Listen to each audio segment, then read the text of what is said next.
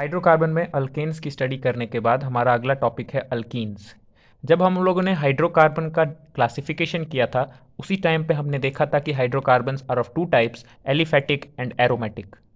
और aliphatic hydrocarbon के अंदर भी हम उसको फर्दर क्लासिफाई करते हैं सैचुरेटेड एंड अनसैचुरेटेड हाइड्रोकार्बन में। तो एलिफेटिक हाइड्रोकार्बन्स के अंदर सैचुरेटेड और अनसैचुरेटेड में से हम लोग सैचुरेटेड हाइड्रोकार्बन यानी अल्केन्स के बारे में तो सब कुछ पढ़ चुके हैं। अब हमारा फोकस है अनसैचुरेटेड हाइड्रोकार्बन्स यानी कि अल्कीन्स और अल्काइंस के बारे में वही सारी बातें पढ़ने का, यानी उनकी प्रिपरेशन, उनकी केमिकल प्रॉपर्टीज़ और उनकी फिजिकल प्रॉपर्टीज़। तो इसीलिए आज के इस वीडियो में हम लोग अल्कीन्स की स्टडी शुरू करेंगे। आज का पर्पज़ है कि अल्कीन्स का एक बेसिक इंट्रोडक्शन हमें मिल जाए कि अल्कीन्स होते क्या हैं, उनके अंदर बेसिक क्या फीचर्स हैं और अल्कीन्स अल्केन्स से कैसे डिफरेंट होते हैं, ये जानना हम चाहते हैं आज के इस वीडियो के थ्रू। तो जैसा कि हम देख सकते हैं कि अल्कीन्स के बारे में कुछ बातें लिखी गई हैं।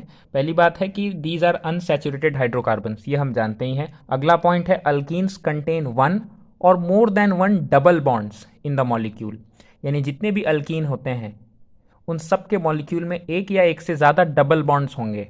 जैसे कि एग्जाम्पल के लिए देखें तो इथीन एक अल्कीन होता है और इसमें एक डबल बॉन्ड हमें दिख रहा है दो कार्बन के बीच में। प्रोपीन एक दूसरा एग्जाम्पल है अल्कीन का, इसमें 3 कार्बन की चेन है और यहाँ देखते हैं कि यहाँ एक डबल बॉन्ड है। जबकि ब्यूटा 1,3 डाइइन ये भी एक अल्कीन है और इसमें एक डबल बॉन्ड इन दो कार्बन के बीच में है और एक डबल बॉन्ड इन दो कार्बन के बीच में है। तो हम देख सकते हैं कि ऐसे कितने भी मॉलिक्यूल, ऐसे कितने भी कंपाउंड जिनके मॉलिक्यूल्स में डबल बॉन्ड प्रेजेंट होते हैं उन सबको अल्कीन कहा जाता है। और हम आगे देखेंगे जिनमें ट्रिपल बॉन्ड प्रेजेंट होते हैं उनको अल्काइन कहा जाता है, जिनके बारे में हम लोग लेटर पार्ट में डिस्कस करेंगे। तो यानी डबल बॉन्ड हो या एक से ज़्यादा हो, अगर मॉलिक्यूल में डबल बॉन्ड्स हैं तो इट इज़ एन अल्कीन। और मैं यहीं पर एक चीज़ और याद दिलाना चाहूँगा, क्योंकि ये अल्कीन है इसमें कार्बन के पास डबल बॉन्डेड हो सकते हैं, कार्बन डबल बॉन्डेड हो सकते हैं, कार्बन के पास किस तरह की हाइब्रिडाइजेशन होगी ये भी हमें समझना चाहिए। हमने केमिकल बॉन्डिंग वाले चैप्टर में हाइब्रिडाइजेशन का कॉन्सेप्ट लर्न किया था और वहाँ पे अगर इसको अप्लाई करते हैं, जैसे इथीन मॉलिक्यूल में इस कार्बन की हाइब्रिडाइजेशन चेक करना चाहें कि कार्बन की हाइब्रिडाइजेशन क्या है, तो हमें देखना पड़ेगा कि कार्बन ने कितने सिग्मा बॉन्ड्स बनाए हैं। उसके लिए हमें एक बात याद रखनी पड़ेगी कि जब कभी भी एक एटम सिंगल बॉन्ड के अलावा डबल या ट्रिपल बॉन्ड बनाता है तो याद रखना चाहिए कि उस डबल बॉन्ड में सिर्फ एक ही बॉन्ड सिग्मा होगा, बाकी जितने भी बॉन्ड्स हैं वो पाई होंगे। तो यहाँ डबल बॉन्ड है तो कार्बन का एक बॉन्ड सिग्मा होगा, दूसरा पाई बॉन्ड होगा। और सिग्मा बॉन्ड और पाई बॉन्ड में क्या डिफरेंस है हम जानते हैं, केमिकल बॉन्डिंग्स में वाले चैप्टर में हमने इसको काफ़ी डिस्कस किया है। तो एक सिग्मा एक पाई होगा और बाकी हाइड्रोजन के साथ तो दो सिंगल बॉन्ड बने होंगे, दो हाइड्रोजन हैं कार्बन के पास। तो इस कार्बन ने टोटल कितने सिग्मा बॉन्ड बनाए हैं, 2 हाइड्रोजन के साथ सिग्मा और एक इस कार्बन के साथ सिग्मा, तो टोटल 3 सिग्मा बॉन्ड हैं। 3 सिग्मा बॉन्ड की वजह से इसकी हाइब्रिडाइजेशन होगी sp2, क्योंकि जितने सिग्मा बॉन्ड प्लस जितने लोन पेयर उतनी ही हाइब्रिडाइजेशन होती है। तो 3 सिग्मा बॉन्ड है, लोन पेयर एक भी नहीं है, तो 3 + 0 = 3। 3 हाइब्रिड ऑर्बिटल हैं, 3 हाइब्रिड ऑर्बिटल हैं अगर कार्बन के पास, तो इसका मतलब इसकी हाइब्रिडाइजेशन sp2 हुई होगी, यानी कि कार्बन का एक s ऑर्बिटल और कार्बन के 2 p ऑर्बिटल्स मिक्स हुए होंगे और उनके मिक्सिंग की वजह से 3 नए हाइब्रिड ऑर्बिटल्स प्रोड्यूस हुए होंगे, जिन 3 हाइब्रिड ऑर्बिटल का यूज करके इस कार्बन ने 3 सिग्मा बॉन्ड बनाए हैं। और एक अनहाइब्रिडाइज्ड p ऑर्बिटल बच गया होगा कार्बन के पास, जिसका यूज करके इसने पाई बॉन्ड बनाया है। अभी इसका ऑर्बिटल डायग्राम भी देखेंगे, लेकिन फिलहाल ये बात तो हम याद कर ही सकते हैं कि कार्बन की हाइब्रिडाइजेशन sp2 है, ये निकालना हम सीख चुके हैं। सिमिलरली दूसरे कार्बन की भी हाइब्रिडाइजेशन sp2 होगी। जबकि अगर प्रोपीन मॉलिक्यूल में देखा जाए तो इस कार्बन की वंस अगेन sp2 होनी चाहिए। सेंट्रल कार्बन की देखेंगे तो इसने पाई बॉन्ड और सिग्मा बॉन्ड इधर बनाया हुआ है, इधर सिर्फ सिंगल बॉन्ड है तो वो तो सिग्मा ही होगा, और एक हाइड्रोजन के साथ बॉन्डेड है, वंस अगेन सिर्फ सिंगल बॉन्ड होगा हाइड्रोजन के साथ तो वो भी सिग्मा होगा। तो इस कार्बन ने भी 3 सिग्मा बॉन्ड बनाए हैं, तो इसकी भी हाइब्रिडाइजेशन sp2। और अगर इस लास्ट वाले कार्बन को देखते हैं तो इस कार्बन ने एक सिग्मा बॉन्ड तो ही बनाया ही है, बाकी इसके साथ 3 हाइड्रोजन है तो 3 सिग्मा बॉन्ड वो हो गए, तो 3 + 1 4 सिग्मा बॉन्ड, 4 सिग्मा बॉन्ड की वजह से इसके पास हाइब्रिडाइजेशन होगी sp3। यानी ये कार्बन इन दोनों कार्बन से हाइब्रिडाइजेशन के मामले में थोड़ा अलग है, थोड़ा डिफरेंट है। इसका एक s ऑर्बिटल और इसका 3 p ऑर्बिटल मिक्स हुए हैं, जबकि इन दोनों में एक s और सिर्फ 2 p ऑर्बिटल ही मिक्स हुए हैं। तो ये थर्ड कार्बन की हाइब्रिडाइजेशन थोड़ी सी डिफरेंट हो गई। खैर, उसी तरीके से एक और अल्कीन मॉलिक्यूल है, इसमें हाइब्रिडाइजेशन sp2 sp2 sp2 और sp2। सब कार्बन की hybridisation sp2 sp2 sp2 sp2 हमें दिख रही है। हम समझ गए होंगे कि ये हम हाइब्रिडाइजेशन कैसे डिटरमाइन करते हैं, हम लोगों ने केमिकल बॉन्डिंग में ये पढ़ रखा है। तो हम एक कंक्लूजन डिराइव ये कर सकते हैं कि कोई भी अल्कीन का मॉलिक्यूल है उसमें हमें एटलीस्ट एक sp2 हाइब्रिडाइज्ड कार्बन तो मिलेगा ही मिलेगा। कुछ sp3 हाइब्रिडाइज्ड कार्बन भी हो सकते हैं, जैसे कि प्रोपीन में sp3 हाइब्रिडाइज्ड कार्बन है, लेकिन sp2 तो होना ही चाहिए। सारे sp2 भी हो सकते हैं जैसे कि इसमें, या फिर जैसे कि इथीन मॉलिक्यूल में दोनों ही sp2 हैं, इसमें तो चारों ही sp2 हैं, तो ऐसा कुछ भी हो सकता है। तो ये अल्कीन का एक बेसिक इंट्रोडक्शन है। अब हमको एक बात और याद रखनी चाहिए कि sp2 हाइब्रिडाइजेशन होने की वजह से जो 3 हाइब्रिड ऑर्बिटल्स प्रोड्यूस होते हैं वो किस शेप में होते हैं और किस ओरिएंटेशन में एक दूसरे के अराउंड अरेंज्ड होते हैं। तो सपोज एक कार्बन एटम का न्यूक्लियस में बनाता हूं और इमेजिन करते हैं कि इस कार्बन एटम के 3 हाइब्रिड ऑर्बिटल प्रोड्यूस हो रहे हैं sp2 हाइब्रिडाइजेशन की वजह से। अगर sp2 हाइब्रिडाइजेशन की वजह से 3 हाइब्रिड ऑर्बिटल प्रोड्यूस हो रहे हैं तो वो किस ओरिएंटेशन में होंगे। तो हम कह सकते हैं कि एक हाइब्रिड ऑर्बिटल ये रहा। हर हाइब्रिड ऑर्बिटल का शेप इसी तरह से होता है कि न्यूक्लियस के अराउंड एक बड़ा डंबल होगा, एक बड़ा सा लोब होगा और एक छोटा सा लोब होगा। तो ये एक हाइब्रिड ऑर्बिटल हुआ, लेकिन ऐसे ऐसे 3 हाइब्रिड ऑर्बिटल प्रोड्यूस हुए हैं क्योंकि sp2 हाइब्रिडाइजेशन हुई है। एक s और 2 p ऑर्बिटल यानी टोटल 3 ऑर्बिटल्स मिक्स हुए हैं। 3 ऑर्बिटल मिक्स होंगे तो 3 ऑर्बिटल प्रोड्यूस होते हैं। 4 मिक्स होते तो 4 प्रोड्यूस होते, 2 मिक्स होते तो 2 प्रोड्यूस होते। ये सब हाइब्रिडाइजेशन की थ्योरी में हम लोग डिस्कस कर चुके हैं पहले ही। तो यहां पर एक हाइब्रिड ऑर्बिटल प्रोड्यूस हुआ, ये टोटल 3 बनाने हैं हमको। दूसरा इस तरह से और तीसरा हाइब्रिड ऑर्बिटल इस तरह से होता है। ये सभी एक दूसरे से 120 डिग्री के एंगल पे होते हैं। अगर हम एंगल इनके बीच में देखेंगे, तीनों के बीच में, तो ये एंगल आता है 120 degree. This angle is also 120 degree and this angle is also 120 degree.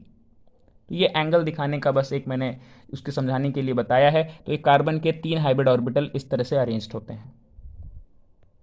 अब हम आगे देख सकते हैं कि अगर हम इथीन मॉलिक्यूल को एक्सप्लेन करना चाहें कि इथीन मॉलिक्यूल किस तरह से फॉर्म हुआ होगा, तो हमको पता है कि इथीन मॉलिक्यूल में दोनों ही कार्बन sp2 हाइब्रिडाइज्ड हैं, यानी दोनों ही कार्बन में ऐसे 3 ऑर्बिटल होंगे और 120 डिग्री पे होंगे। और याद रखना चाहिए sp2 हाइब्रिडाइजेशन हुई है, यानी कि एक s के साथ सिर्फ 2 p ऑर्बिटल मिक्स हुए हैं, और जबकि एटम के अंदर 3 p ऑर्बिटल होते हैं। ये बात तो सबको याद है। तो अगर 3 p ऑर्बिटल होते हैं तो एक p ऑर्बिटल हाइब्रिडाइजेशन में पार्टिसिपेट नहीं कर रहा है, यानी कि उसको अनहाइब्रिडाइज्ड p ऑर्बिटल कह सकते हैं। और अगर वो हाइब्रिडाइज्ड नहीं हुआ है तो ना तो उसका शेप चेंज होगा ना उसकी एनर्जी चेंज होगी। तो इसीलिए हम ऐसा अगर देखें तो हम कह सकते हैं कि 2 कार्बन इस तरह से बन जाएंगे इथीन मॉलिक्यूल के फॉर्मेशन के टाइम पे। इस कार्बन में sp2 हाइब्रिडाइजेशन हुई, उससे ये 3 हाइब्रिड ऑर्बिटल 120 डिग्री पे एक दूसरे के अराउंड अरेंज हो गए। और मैंने डॉटेड लाइन से एक अनहाइब्रिडाइज्ड p ऑर्बिटल जो कार्बन के पास होगा वो भी बना दिया है, क्योंकि याद रहे इसने पार्टिसिपेट नहीं किया था हाइब्रिडाइजेशन में, इसलिए इसका शेप चेंज नहीं हुआ, एज इट इज ऐसा ही है। तो मैं इसको कह सकता हूं दिस इज अनहाइब्रिडाइज्ड ऑर्बिटल। ठीक है। और इसी तरीके से दूसरे कार्बन को देखें तो वो भी sp2 हाइब्रिडाइज्ड था, इथीन मॉलिक्यूल अभी हमने देखा, तो उसमें 3 hybrid orbital once again 120 degree पे एक दूसरे के अराउंड अरेंज्ड होंगे, और इसके पास भी एक अनहाइब्रिडाइज्ड p ऑर्बिटल होगा, उसका भी शेप चेंज नहीं हुआ है। ठीक है। अब हम देख सकते हैं कि इस हाइब्रिड ऑर्बिटल ने एक दूसरे के साथ ओवरलैपिंग की है, और ये सामने सामने से ओवरलैपिंग कर रहे हैं, तो हेड ऑन ओवरलैपिंग है। तो ये जो कॉमन एरिया है इसी को एक बॉन्ड कहते हैं। यहाँ पर इस कॉमन एरिया में इस एटम का भी वैलेंस इलेक्ट्रॉन है और इस एटम का भी वैलेंस इलेक्ट्रॉन, यानी यहाँ पे 2 इलेक्ट्रॉन है। अब वो दोनों इलेक्ट्रॉन इस कार्बन के भी हो गए और इस कार्बन के भी हो गए, तो ये शेयरिंग की वजह से एक बॉन्ड बन गया, एक तो सिग्मा बॉन्ड बन गया। ये हेड ऑन ओवरलैपिंग होती है, यही सिग्मा बॉन्ड है। बाकी इस कार्बन के पास 2 हाइब्रिड ऑर्बिटल और हैं।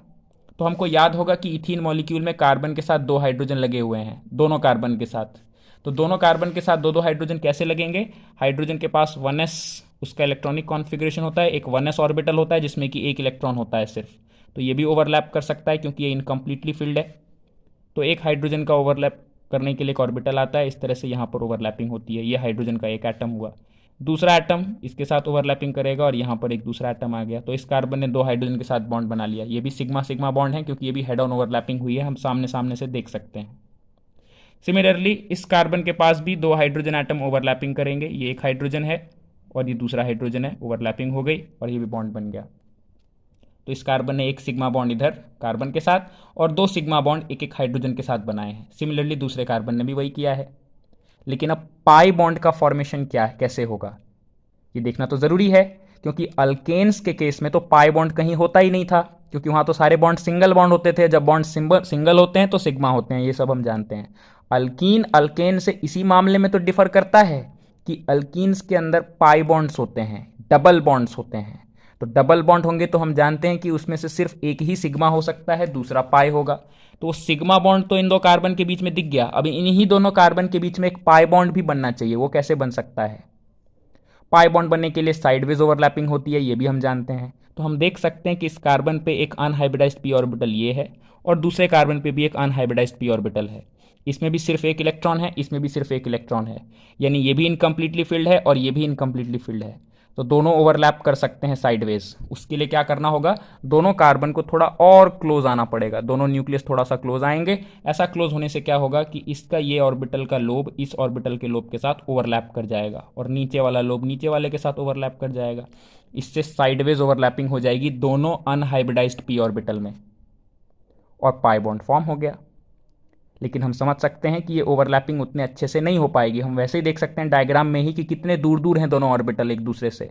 थोड़ा सा क्लोज आना पड़ेगा ताकि थोड़ा पास आएँ, ताकि एक दूसरे के ऊपर ओवरलैप कर सकें, लेकिन बहुत मुश्किल है।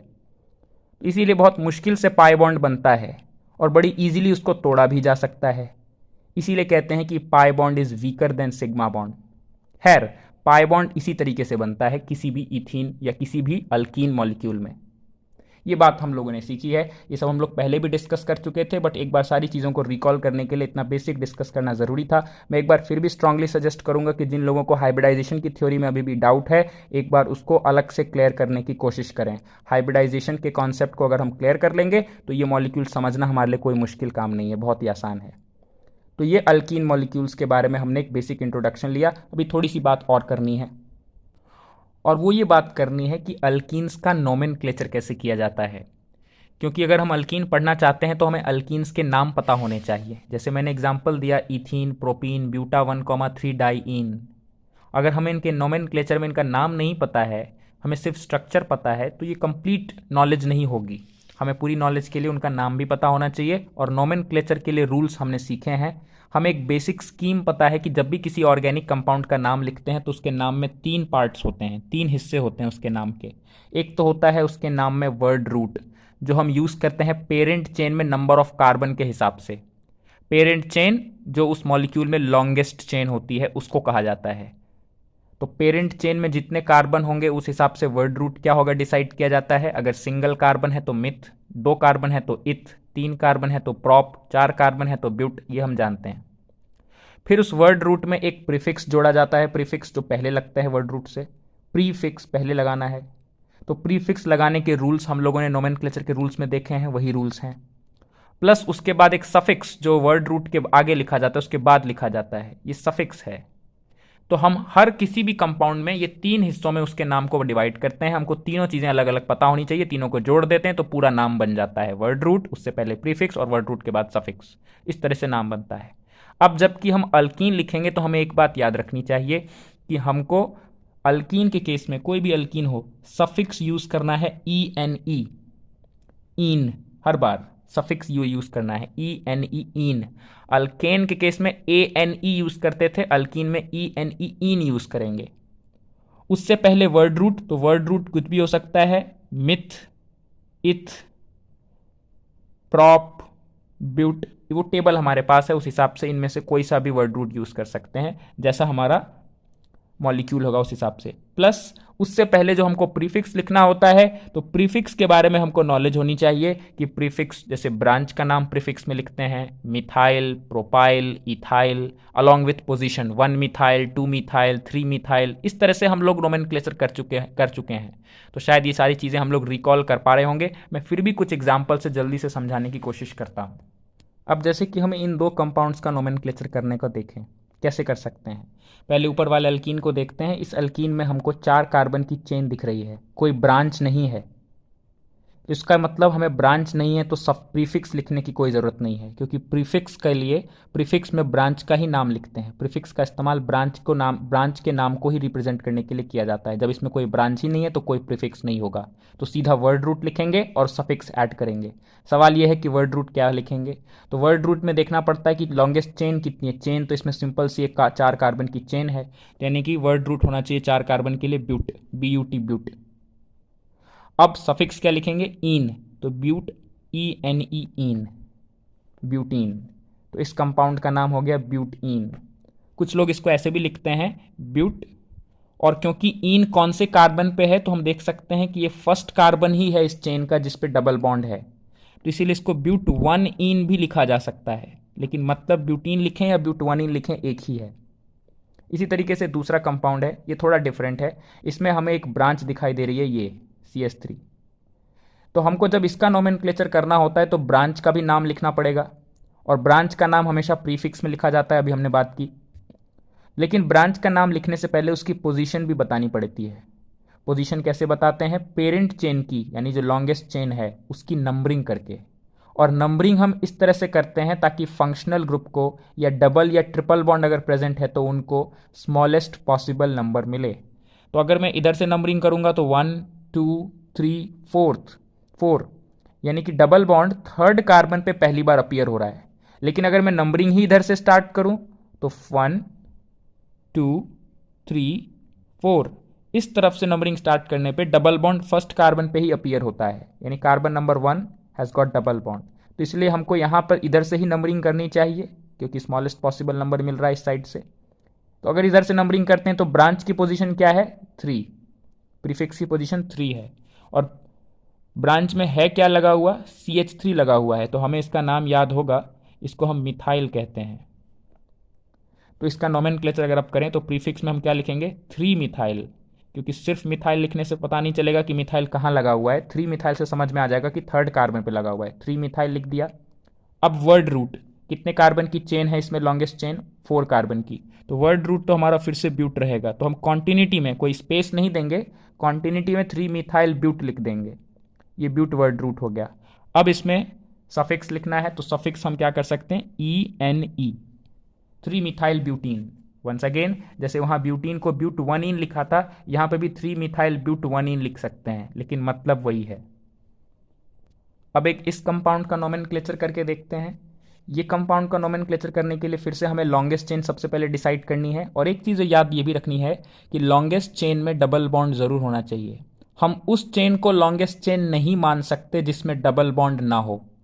अगर पूरे कंपाउंड में कहीं ना कहीं डबल बॉन्ड दिख रहा है तो लॉन्गेस्ट चेन उसी को माना जाएगा जिसमें डबल बॉन्ड प्रेजेंट हो। सपोज करें कि अगर कोई एक कंपाउंड है जिसके मॉलिक्यूल में डबल बॉन्ड तो है, लेकिन हमें एक लॉन्गेस्ट चेन मिल गई उस मॉलिक्यूल में 6 कार्बन की, लेकिन उस चेन में कहीं पे भी डबल बॉन्ड अपीयर नहीं हो रहा है, तो वो हमारा पेरेंट चेन नहीं कहलाएगा, भले ही वो लॉन्गेस्ट भी हो तो भी कोई फर्क नहीं पड़ता। लॉन्गेस्ट होने के साथ साथ उसमें डबल बॉन्ड होना चाहिए। तो इसमें देखते हैं कि लॉन्गेस्ट चेन कौन सी है, 1 2 3 4 5 कार्बन की एक चेन है और उसमें डबल बॉन्ड भी है, तो हमारी ये लॉन्गेस्ट चेन भी है, और इसी को हम पेरेंट चेन बोलेंगे क्योंकि इसमें डबल बॉन्ड भी है ही। तो अब ये एक बात ये हो गई, साथ में हमें एक ब्रांच भी दिख रहा है, तो नंबरिंग करनी पड़ेगी। वंस अगेन मुझे लगता है ये बात सब समझ गए होंगे कि नंबरिंग करेंगे इस साइड से 1 2 3 4 5। तो हमें दिखता है कि फोर्थ पोजीशन पे मिथाइल है, तो 4 मिथाइल। नोमेनक्लेचर में सबसे पहले प्रीफिक्स लिखते हैं, तो 4 मिथाइल, मिथाइल ब्रांच है तो 4 मिथाइल। इस बार पेरेंट चेन इस बार 5 कार्बन की है, और 5 कार्बन के लिए पेरेंट चेन में वर्ड रूट यूज किया जाता है पेंट, तो पेंट लिखा। अब सफिक्स लिखना है, तो क्या सफिक्स डायरेक्टली इन लिख दें इस बार, नहीं, इस बार इन नहीं लिखेंगे, क्योंकि इस बार हमको दिख रहा है कि डबल बॉन्ड फर्स्ट कार्बन पे नहीं है, सेकेंड कार्बन पे अपीयर हो रहा है पहली बार, इसीलिए हमें पेंट 2 इन लिखना चाहिए। ये याद रखना है, जब फर्स्ट पे था तो हम लिखें ना लिखें बात एक ही है, अंडरस्टूड है। लेकिन अगर मैं यहां पर पेंटीन लिख देता सिर्फ, इसका मतलब नाम पढ़ के देखने वाले को लगता कि डबल बॉन्ड यहां है, जबकि हमको स्ट्रक्चर में साफ साफ दिख रहा है कि डबल बॉन्ड फर्स्ट कार्बन पे नहीं, सेकेंड कार्बन पे पहली बार अपीयर हो रहा है, फर्स्ट कार्बन तो डबल बॉन्डेड नहीं है। इसीलिए हमको पेंट 2 इन लिखना चाहिए इसका नाम, जो कि सही नाम होगा। इस तरह से नोमेनक्लेचर करते हैं। अब एक ऐसा भी अल्कीन देखते हैं, क्योंकि हमने बात की कि अल्कीन तो उनको भी कहा जाता है जिसमें एक से ज़्यादा डबल बॉन्ड हो। तो कुछ ऐसे अल्कीन का नोमेनक्लेचर करके देखते हैं जिनमें डबल बॉन्ड है तो, लेकिन एक से ज़्यादा जगहों पे है। उसके लिए एक एग्जांपल देखते हैं, जैसे कि ये, इसमें डबल बॉन्ड हमें यहाँ दिखाई दे रहा है और यहाँ भी दिखाई दे रहा है, तो दो जगहों पे डबल बॉन्ड दिखाई दे रहे हैं। तो ऐसी सिचुएशन में नोमेनक्लेचर करने के लिए क्या करेंगे, लॉन्गेस्ट चेन सबसे पहले once again parent chain identify करेंगे, 1 2 3 4 5, 5 कार्बन की लॉन्गेस्ट चेन है नो डाउट। नंबरिंग करेंगे, अब फिर से हम इधर से नंबरिंग शुरू करते हैं क्योंकि इधर फर्स्ट कार्बन है, इधर से नंबरिंग करेंगे तो डबल बॉन्ड सेकंड कार्बन पे पहली बार अपीयर होगा, जबकि इधर से करेंगे तो फर्स्ट कार्बन पे ही डबल बॉन्ड है, इसीलिए हमें इस साइड से नंबरिंग करना चाहिए। ये तो बहुत कॉमन सेंस की बात है, हम सब समझ जाएंगे बड़ी आसानी से। तो 1 2 3 4 5, तो हम देखते हैं कि फर्स्ट पोजीशन पे डबल बॉन्ड अपीयर हो रहा है एक बार, और फिर थर्ड कार्बन पे भी डबल बॉन्ड अपीयर हो रहा है, यानी कि दो डबल बॉन्ड दो जगह हैं इस मॉलिक्यूल में। तो अल्कीन ये भी है लेकिन थोड़ा अलग है। तो इसका नोमेनक्लेचर कैसे किया जाएगा, सबसे पहले इसमें कोई ब्रांच तो हमको नहीं दिख रही है, तो प्रीफिक्स इसका मतलब फिर से लिखने की जरूरत नहीं है, सीधा वर्ड रूट से शुरू करते हैं। वर्ड रूट क्या यूज करेंगे, 5 कार्बन है तो पेंट।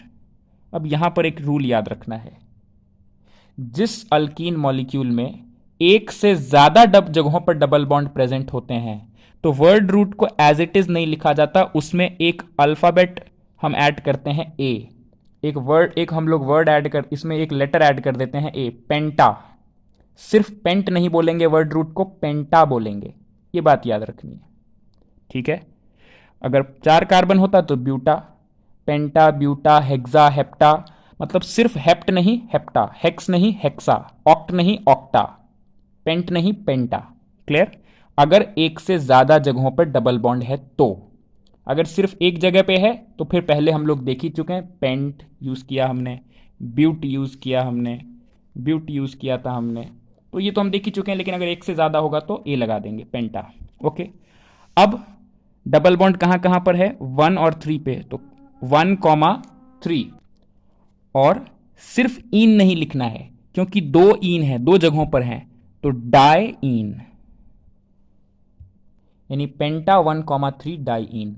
इसीलिए हम लोग समझ सकते हैं कि ये जो मॉलिक्यूल मैंने लिखा था इसका नाम ब्यूटा 1,3 डाई इन क्यों था। स्ट्रक्चर को अगर देखें तो 4 कार्बन की चेन है, फर्स्ट सेकेंड थर्ड फोर्थ, 1 और 3 पोजीशन पे डबल बॉन्ड अपीयर हो रहे हैं, और क्योंकि एक से ज़्यादा डबल बॉन्ड है इसलिए ब्यूट नहीं ब्यूटा, 1,3 डाई इन, क्योंकि 2 हैं। अगर 3 होते तो ट्राई इन होता, वो भी एक एग्जाम्पल ले लेते हैं। अब अगर इसका नोमेनक्लेचर करना हो तो 1 2 3 4 5 6 7, 7 कार्बन की चेन है तो हेप्टा हो जाएगा, क्योंकि एक से ज़्यादा डबल बॉन्ड दिख रहे हैं। कहाँ कहाँ पर हैं, 1 2 3 4 5 6 7, यानी फर्स्ट पे, थर्ड पे और फिफ्थ कार्बन पे अपीयर हो रहे हैं। तो 1,3,5, हेप्टा 1 3 5, और 3 है तो 3 के लिए ट्राई इन, 2 के लिए डाई, 3 के लिए ट्राई, 4 के लिए टेट्रा, एक्सेट्रा। तो इस तरह से हम लोग हेप्टा 1,3,5 ट्राई इन, ये इसका नोमेनक्लेचर हुआ। तो अल्कीन की जितनी नोमेनक्लेचर अभी कर सकते थे एक बेसिक, उतनी मैंने एक बार रिकॉल करवा दी है। मुझे लगता है कि ये सारी बातें हम लोग पहले से जानते होंगे, जो लोग कुछ चीज़ें भूल गए होंगे उनके लिए एक तरह से रिवीजन हो गया। तो अब इस तरह से कुछ प्रैक्टिस खुद भी करके देख सकते हैं, नोमेनक्लेचर के बारे में हम लोग क्लियर कर लेंगे।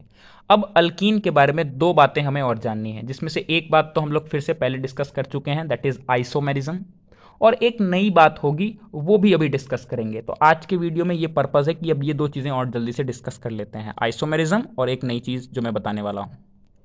तो सबसे पहले तो ये कहा गया है आइसोमेरिज्म इन अल्कीन्स के केस में कि alkenes also show all types of isomerism, like chain isomerism, position isomerism etcetera. जब हम लोगों ने फर्स्ट टर्म में हम लोगों ने जब आइसोमेरिज्म का टॉपिक डिस्कस किया था तो वहाँ पे हम लोग बात कर चुके थे chain isomerism, position isomerism, functional group isomerism, metamerism etcetera, ठीक है। तो यही कहा गया है कि अल्कीन्स में भी ये सभी तरह के आइसोमेरिज्म होते हैं। जैसे कि एग्जाम्पल के लिए मेरे पास 2 अल्कीन मॉलिक्यूल इस टाइम हैं। आइसोमेरिज्म का एक बेसिक मीनिंग तो हम जानते ही हैं कि ऐसे कंपाउंड जिनका मॉलिक्यूलर फॉर्मूला सेम होता है लेकिन उनमें या तो स्ट्रक्चर या फिर पोजीशन या फिर फंक्शनल ग्रुप या फिर कुछ और डिफरेंट होता है। तो यहाँ पर ये 2 कंपाउंड हम देख रहे हैं, दोनों का मॉलिक्यूलर फॉर्मूला सेम है, क्योंकि हम देख सकते हैं दोनों में ही 4-4 कार्बन हैं। हाइड्रोजन भी दोनों में सेम है, काउंट करके देखा जा सकता है, एक बार देखें तो दोनों ही मॉलिक्यूल्स हैं, दोनों ही डिफरेंट कंपाउंड जरूर हैं लेकिन मॉलिक्यूलर फॉर्मूला जरूर सेम है इनका। डिफरेंस किस बात का है? अब डिफरेंस भी सिर्फ एक बात का है, इसमें डबल बॉन्ड बीच में है, उसमें डबल बॉन्ड बीच में नहीं है। यानी कि इसमें कहें तो डबल बॉन्ड 1 2 3 4, अगर इस तरह से चेन की नंबरिंग करते हैं तो डबल बॉन्ड सेकंड कार्बन पे है, जबकि इस वाले मॉलिक्यूल में डबल बॉन्ड सिर्फ फर्स्ट कार्बन पे है, सेकंड पे नहीं है, फर्स्ट कार्बन से ही अपीयर हो जाता है। तो किस चीज़ का डिफरेंस हुआ इन दोनों में? इन दोनों में डिफरेंस हुआ पोजीशन का। चेन की लेंथ तो दोनों में सेम है, तो दोनों एक दूसरे के चेन आइसोमर तो नहीं हो सकते। जिस चीज़ का डिफरेंस होता है, किस चीज़ का डिफरेंस है? पोजीशन का डिफरेंस है, इसीलिए दोनों एक दूसरे के पोजीशन आइसोमर हुए। चेन आइसोमर तब होते जब इन दोनों की चेन डिफरेंट होती।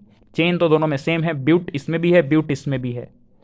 अगर हम इसका नोमेनक्लेचर करेंगे तो इस कंपाउंड का नाम अभी हम लोग ने सीखा ही है, ब्यूट 2 इन होगा, जबकि इसका ब्यूट 1 इन होगा। तो नाम में तो अंतर और साफ पता चल जाता है, ये 1 इन है, ये 2 इन है, डेफिनेटली पोजीशन का अंतर है, वहां फर्स्ट यहाँ सेकंड, तो ये दोनों एक दूसरे के पोजीशन आइसोमर हुए। तो अल्कीन्स इस तरह से आइसोमेरिज्म शो करते हैं। अगर एक और एग्जांपल लें तो इस अल्कीन और इस अल्कीन को देखते हैं। इन दोनों का molecular formula once again same है। इसका फार्मूला भी C4H8 है, इसमें हम देख सकते हैं 4 कार्बन और 8 हाइड्रोजन है। ठीक इसी तरीके से इसका फार्मूला भी C4H8 है, इसमें भी 4 कार्बन है, 1 2 3 और एक नीचे 4, और 6 हाइड्रोजन, इसमें भी हम लोग 8 हाइड्रोजन हम लोग इसमें भी देख सकते हैं। फिर इन दोनों में डिफरेंस क्या है? डिफरेंस तो साफ स्ट्रक्चर में दिख ही रहा है, लेकिन अगर हम प्रॉपर देखेंगे तो इसमें सबसे बड़ा डिफरेंस है इनकी चेन का। इसमें लॉन्गेस्ट चेन में 4 कार्बन है, तो इसके लिए वर्ड रूट क्या यूज होगा? ब्यूट, और फिर पूरा नाम अगर लिखेंगे तो ब्यूट 2 इन, ठीक है। जबकि अगर इस अल्कीन को देखेंगे तो इसमें लॉन्गेस्ट चेन 1 2 3, सिर्फ इन 3 कार्बन की चेन है, क्योंकि एक 4th कार्बन तो ब्रांच में चला गया। तो इसमें इसका जो वर्ड रूट होगा वो होगा प्रॉप, इसमें ब्यूट, डेफिनेटली चेन की लेंथ का अंतर है। तो इन दोनों को कैसा आइसोमर कहेंगे? Chain isomer, they are chain isomers of each other.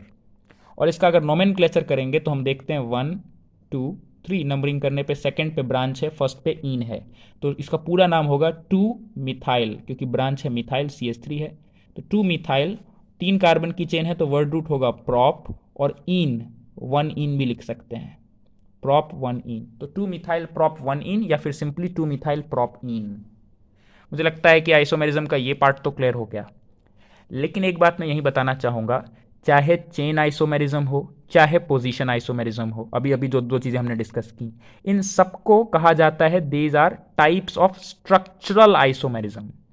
Structural isomerism, क्योंकि चाहे चेन का डिफरेंस हो, चाहे पोजीशन का डिफरेंस हो, ये एक तरह से स्ट्रक्चर का मामला है कि स्ट्रक्चर में कुछ डिफरेंस है। कभी स्ट्रक्चर में चेन का डिफरेंस हो जाता है, कभी स्ट्रक्चर में पोजीशन का डिफरेंस हो जाता है। तो ऐसे कंपाउंड्स जिनकी सिर्फ स्ट्रक्चर में डिफरेंस होता है, बाकी मॉलिक्यूलर फॉर्मूला सेम है, तो उनको आइसोमर तो कहते हैं, लेकिन स्ट्रक्चरल आइसोमर कहते हैं।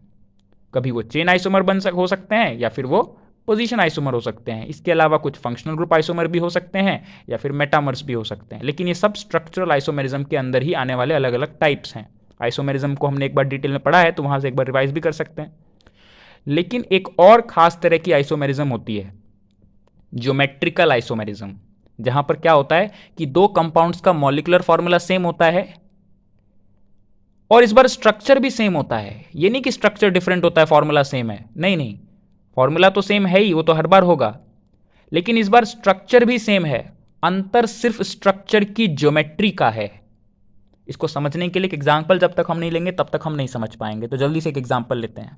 एग्जाम्पल के लिए सबसे अच्छा एग्जाम्पल यही रहेगा, ये है ब्यूट 2 इन। इस स्ट्रक्चर की दो तरह की ज्योमेट्रीज हो सकती हैं। स्ट्रक्चर तो दिख रहा है साफ साफ कि डबल बॉन्ड एकदम बीचों बीच है, लेकिन कोई मॉलिक्यूल जिसका स्ट्रक्चर ऐसा होता है उसमें दो तरह की ज्योमेट्रीज पॉसिबल हो सकती हैं। या तो एक मॉलिक्यूल ऐसा स्ट्रक्चर वाला इस ज्योमेट्री का हो सकता है, या फिर इस ज्योमेट्री का हो सकता है, इस ज्योमेट्री और इस ज्योमेट्री। अगर हम ध्यान से देखें तो हम डिफरेंस बड़ी आसानी से देख सकते हैं। डिफरेंस क्या है कि दोनों कार्बन के बीच में जहाँ पे डबल बॉन्ड है, अगर देखें जैसे कि इन दोनों के बीच में डबल बॉन्ड था, तो इस कार्बन पे अगर हम ऑब्जर्व करें तो कौन कौन से ग्रुप लगे हुए हैं। एक तो इस कार्बन के साथ हाइड्रोजन लगा हुआ है, और इस कार्बन के साथ पूरा CH3 लगा हुआ है। इस कार्बन के साथ भी हाइड्रोजन और CH3 लगा हुआ है। अब इसीलिए हम देखते हैं यहाँ पर अगर डिटेल में इसका स्ट्रक्चर देखेंगे तो हमको एक बात तो पता ही है कि कार्बन sp2 हाइब्रिडाइज्ड है ना। अगर sp2 हाइब्रिडाइज्ड है तो इसके 3 हाइब्रिड ऑर्बिटल किस एंगल पे होंगे, 120 और 120 डिग्री को इसी तरह से बनाया जा सकता है, ये भी बात हम समझ गए होंगे। 120 120 120 ट्राइगोनल प्लेनर है ना। तो इस तरह से इस कार्बन के 3 बॉन्ड बना दिया और इस कार्बन के भी 3 बॉन्ड बना दिए, ये याद रखना होता है हमेशा। अब ऐसा हो सकता है कि दोनों कार्बन पे जो सेम ग्रुप हैं, दोनों कार्बन पे जो सेम ग्रुप हैं वो सेम साइड हैं, हाइड्रोजन हाइड्रोजन दोनों एक तरफ हैं डबल बॉन्ड के, और मिथाइल मिथाइल ग्रुप भी डबल बॉन्ड के दोनों एक तरफ हैं। तो एक इस तरह की ज्योमेट्री है। जबकि इसका जस्ट ऑपोजिट ज्योमेट्री क्या है, इन दोनों कार्बन के ऊपर जो सेम ग्रुप्स हैं CH3 और इस पे ऊपर जो CH3 है, ये सेम साइड नहीं है, एक डबल बॉन्ड के ऊपर है तो एक डबल बॉन्ड के नीचे वाली साइड में है। सिमिलरली अगर देखें इसका हाइड्रोजन और इसका हाइड्रोजन, ये भी ऑपोजिट साइड में है, सेम साइड में नहीं है। ये दो हो गया। तो डेफिनेटली इसमें और इसमें कोई सिमिलैरिटी नहीं है ज्योमेट्री का, ज्योमेट्री जस्ट ऑपोजिट है, स्ट्रक्चर सेम है। जहां डबल बॉन्ड इसमें है, डबल बॉन्ड अभी भी वहां पे इसमें भी उसी जगह पे है, बीच में ही है, इसमें भी बीच में था, इसमें भी बीच में है, और भी कुछ डिफरेंस नहीं। डिफरेंस सिर्फ उनकी ज्योमेट्री का है कि इसमें दोनों CH3 सेम साइड, दोनों H सेम साइड, इसमें दोनों CH3 ऑपोजिट साइड, दोनों H ऑपोजिट साइड। तो ये दोनों ज्योमेट्रीज का अंतर है।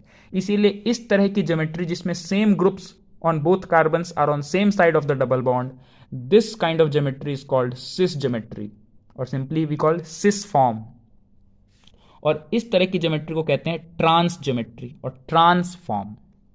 तो अगर इसका पूरा नाम लिखना हो इस कंपाउंड का, तो वैसे तो इस कंपाउंड का नाम 1 2 3 4 4 कार्बन की चेन है, सेकंड पोजीशन पे ईन है, तो ब्यूटटूइन होना चाहिए नोमेनक्लेचर के रूल के हिसाब से। लेकिन हम इसको अब से सिस ब्यूटटूइन बोलेंगे। सिस ब्यूटटूइन से समझ में आएगा कि ब्यूटटूइन कौन सी फॉर्म वाला, सिस फॉर्म वाला।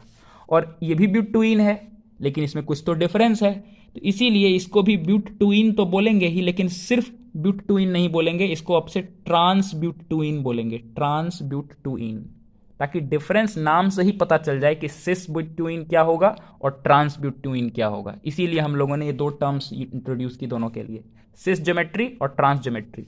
अब इन दोनों को एक दूसरे का आइसोमर कहा जा सकता है, क्योंकि सब कुछ इन दोनों में सेम नहीं है, फॉर्मूला सेम है, स्ट्रक्चर भी सेम है, but they have different geometries. Therefore both of them are called geometrical isomers of each other. ये चीज हमको याद रखनी है, geometrical isomers of each other. And geometrical isomers of each other तो ये हैं जिसमें से एक सिस फॉर्म होता है और उसका जो दूसरा आइसोमर होता है definitely it will be trans. अगर ये ट्रांस है तो इसका जो दूसरा ज्योमेट्रिकल आइसोमर होगा it will be of cis form.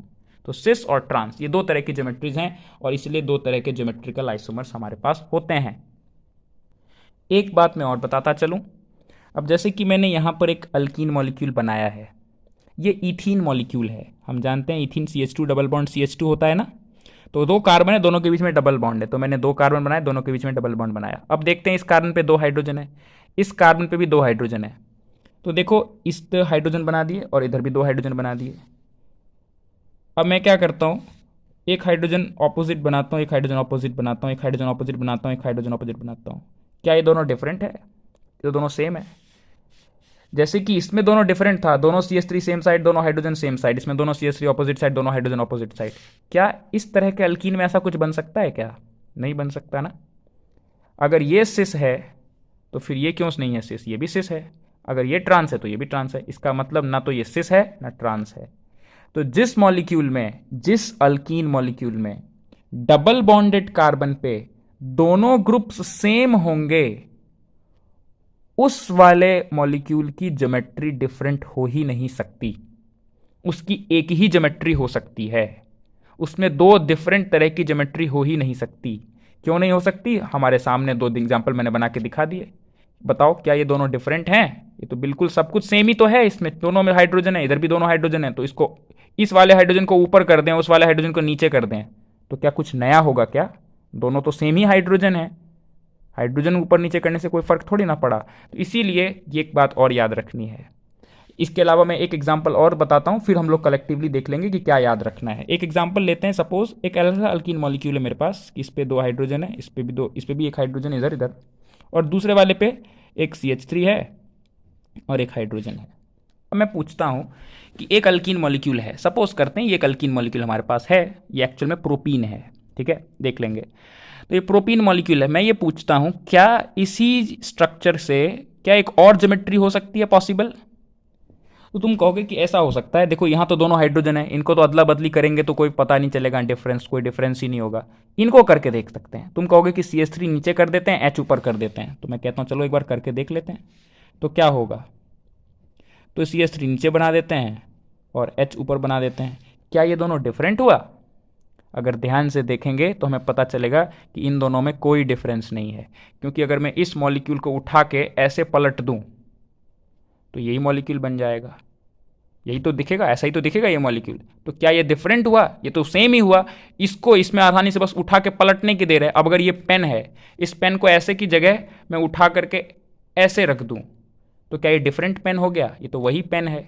इसी तरह से इस मॉलिक्यूल और इस मॉलिक्यूल को अगर हम दो अलग अलग मॉलिक्यूल मानते हैं तो हम गलती कर रहे हैं। हमको मानना चाहिए दोनों मॉलिक्यूल सेम है। इसको उठा करके अगर ऐसे रख दें या उठा करके ऐसे रख दें, उससे कुछ चेंज नहीं आने वाला। इसलिए ये दोनों में भी कोई सिस नहीं है, कोई ट्रांस नहीं है। यानी जब जब किसी भी अल्कीन में एक कार्बन पे दो ग्रुप्स सेम होंगे, जैसे कि यहां पे थे, यहां पे हैं, यहां पे भी हैं, यहां पे भी हैं, जिन भी अल्कीन मॉलिक्यूल में एक कार्बन पे जो डबल बॉन्डेड है उस पे दो ग्रुप्स लगे हैं और वो दोनों सेम हैं, तो समझ जाना चाहिए कि उस मॉलिक्यूल का कोई ज्योमेट्रिकल आइसोमर बन ही नहीं सकता। लेकिन जिस अल्कीन मॉलिक्यूल के कार्बन पे दोनों डिफरेंट हैं, जैसे CH3 और H, इस पे भी CH3 और H, दोनों कार्बन पे दो ग्रुप्स लगे हैं और दोनों डिफरेंट हैं एक दूसरे से, ये दोनों एक सेम नहीं है, ये दोनों भी सेम नहीं है, तो डेफिनेटली समझ लेना चाहिए कि इस मॉलिक्यूल का एक ज्योमेट्रिकल आइसोमर और होगा। ये मॉलिक्यूल अगर सिस होगा तो इसका एक ज्योमेट्रिकल आइसोमर होगा ट्रांस, और अगर ये खुद ट्रांस होगा तो इसका एक ज्योमेट्रिकल आइसोमर होगा सिस। मुझे लगता है कि ये बात अब समझ में आ गई होगी, सिस और ट्रांस, इसलिए मैंने बड़ी तसल्ली से इस बात को समझाने की कोशिश की है। ये सारी चीज़ें समझना पहले बहुत ज़रूरी है, इसके बाद हम प्रिपरेशन अगर पढ़ें तो हमें होलिस्टिक अंडरस्टैंडिंग डेवलप होगी, नहीं तो आधा आधा समझ में आएगा। इसीलिए ये वीडियो बहुत इंपॉर्टेंट है, इसको पूरा देख करके रिवाइज करना बहुत ज़रूरी है। इसके लिए कुछ चीज़ें हमें पहले से और आनी चाहिए, जैसे कि मैंने पहले ही बताया था, हाइब्रिडाइजेशन का कॉन्सेप्ट आना चाहिए, नोमेनक्लेचर भी रिवाइज होना चाहिए, बट मैंने यहाँ पर रिफ्रेश करने की कोशिश की है, एक बार रिकॉल करवाने की कोशिश की है। मैं बस स्ट्रांगली सजेस्ट करूँगा कि पीछे जा करके पिछले चैप्टर्स में जो चीज़ें हमने पढ़ी हैं उसको एक बार और अच्छे से रिवाइज कर लें, ताकि हम इसमें आगे अब बढ़ पाएंगे। तो बेसिक फंडामेंटल बातें करनी थी। अब इसमें एक लास्ट चीज़ रह गई जो मैं बताना चाहता हूं, जो मैंने कहा था कि एक और नई चीज़ है जो मैं बताऊंगा, वो देख लेते हैं जल्दी से क्या है।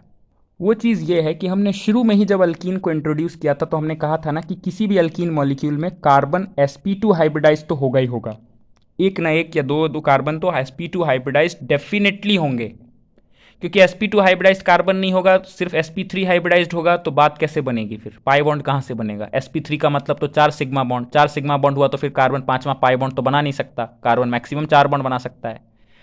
तो अगर sp2 हाइब्रिडाइजेशन होता है तो समझ में आता है कि इस कार्बन ने 3 सिग्मा बॉन्ड बनाए होंगे, तो चौथा बॉन्ड पाई का होगा। इसलिए ये बात याद रखनी है कि अल्कीन्स में पाई बॉन्ड होता है, sp2 हाइब्रिडाइजेशन जरूर होगा। और sp2 हाइब्रिडाइजेशन अगर होगा तो मैं पूछूं कि इस कार्बन में, इसके हाइब्रिड ऑर्बिटल में s कैरेक्टर कितना परसेंट है? s कैरेक्टर कितना परसेंट है? इसका क्या मतलब हुआ? इसका मतलब सिर्फ ये हुआ कि कार्बन के ऑर्बिटल्स में जब मिक्सिंग हुई होगी तो एक s ऑर्बिटल और 2p ऑर्बिटल, ये 3 ऑर्बिटल टोटल मिक्स हुए होंगे, और इनके मिक्स करने से एक नया ऑर्बिटल, हाइब्रिड ऑर्बिटल प्रोड्यूस हुआ होगा। जैसे हम ब्लैक कलर और व्हाइट कलर, दो कलर्स को मिक्स करते हैं तो एक हाइब्रिड कलर प्रोड्यूस होता है, ग्रे। अगर मैं पूछूं कि इसमें ब्लैक कलर का कंपोनेंट कितना परसेंट है, या मैं कहूं कि इसमें ब्लैक कलर के कितने परसेंटेज कैरेक्टर हैं, तो तुम बोलोगे ब्लैक कलर और व्हाइट कलर दोनों को मिक्स करने से ही तो ग्रे बना है, तो 50% ब्लैक का गुण है इसमें, 50% ब्लैक की कैरेक्टरिस्टिक है और 50% व्हाइट की कैरेक्टरिस्टिक है। 50-50 मिक्स किया है हमने। यहां पर क्या मिक्स किया है हमने? कलर्स का मिक्सिंग नहीं है, ऑर्बिटल्स का मिक्सिंग है। एक s है, 1s एंड 2p ऑर्बिटल्स हैं, एक s ऑर्बिटल और 2p ऑर्बिटल्स हमने मिक्स किए, तो टोटल 3 ऑर्बिटल्स मिक्स किए हैं, लेकिन s कितना है उस 3 में से? सिर्फ एक। तो s का कैरेक्टर कितना परसेंट होगा? 3 में से एक, यानी 1/3। 1/3 को अगर परसेंटेज में कन्वर्ट करेंगे तो क्या हम समझ सकते हैं? 33%।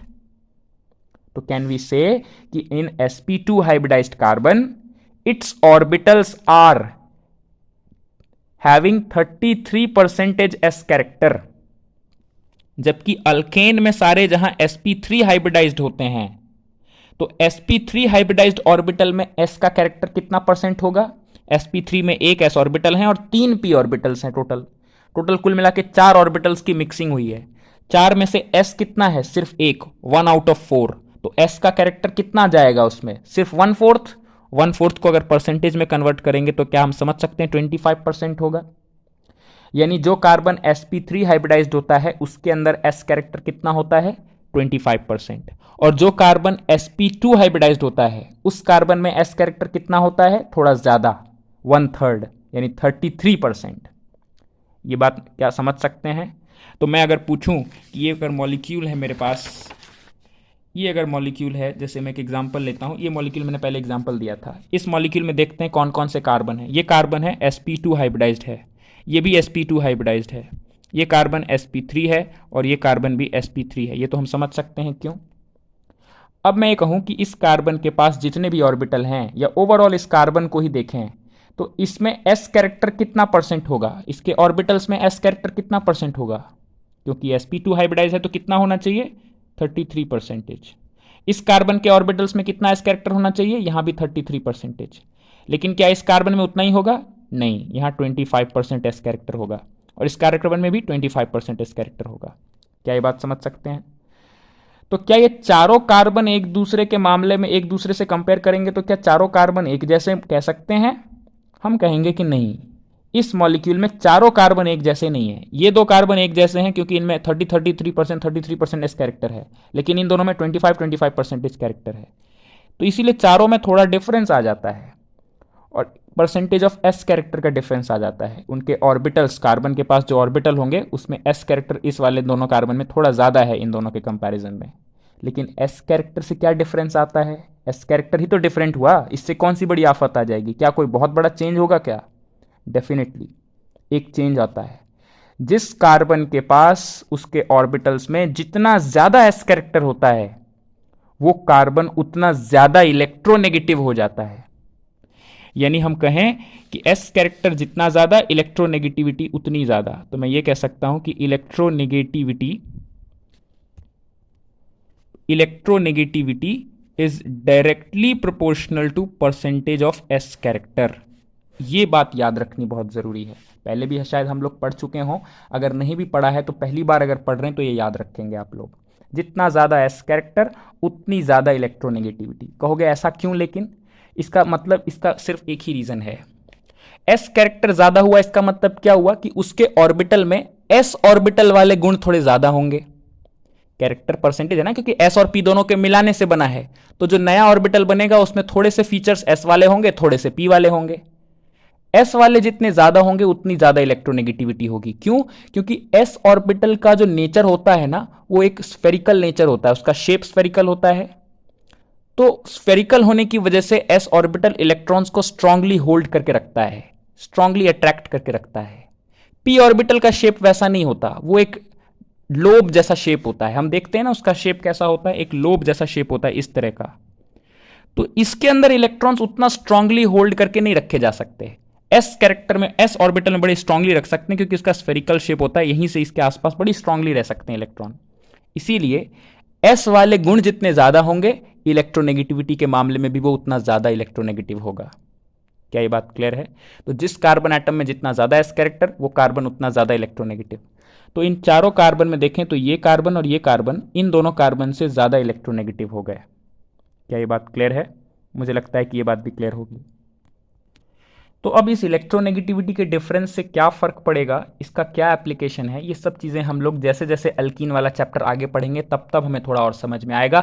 आज के इस लेक्चर से बस इतना ध्यान में डालने की ज़रूरत थी मुझे कि तुम्हें ये पता होना चाहिए कि एस कैरेक्टर का क्या रोल होता है। एस कैरेक्टर का रोल इलेक्ट्रोनेगेटिविटी डिसाइड करने में होता है। जिस कार्बन में जितना ज़्यादा एस कैरेक्टर उतनी ज़्यादा इलेक्ट्रोनेगेटिविटी। इनके बहुत सारे एप्लीकेशन है। इस चैप्टर में हम आगे जब प्रॉपर्टीज़ वगैरह पढ़ेंगे, प्रिपरेशन के टाइम में कुछ चीज़ें पढ़ेंगे, तब डिस्कस करते चलेंगे। तो आज के इस लेक्चर में हमने ये सारी बेसिक इंट्रोडक्शन की है। इन सबको बहुत ध्यान से क्लियर करना बहुत ज़रूरी है। ठीक है, आज के लिए इतना ही। Thank you for today.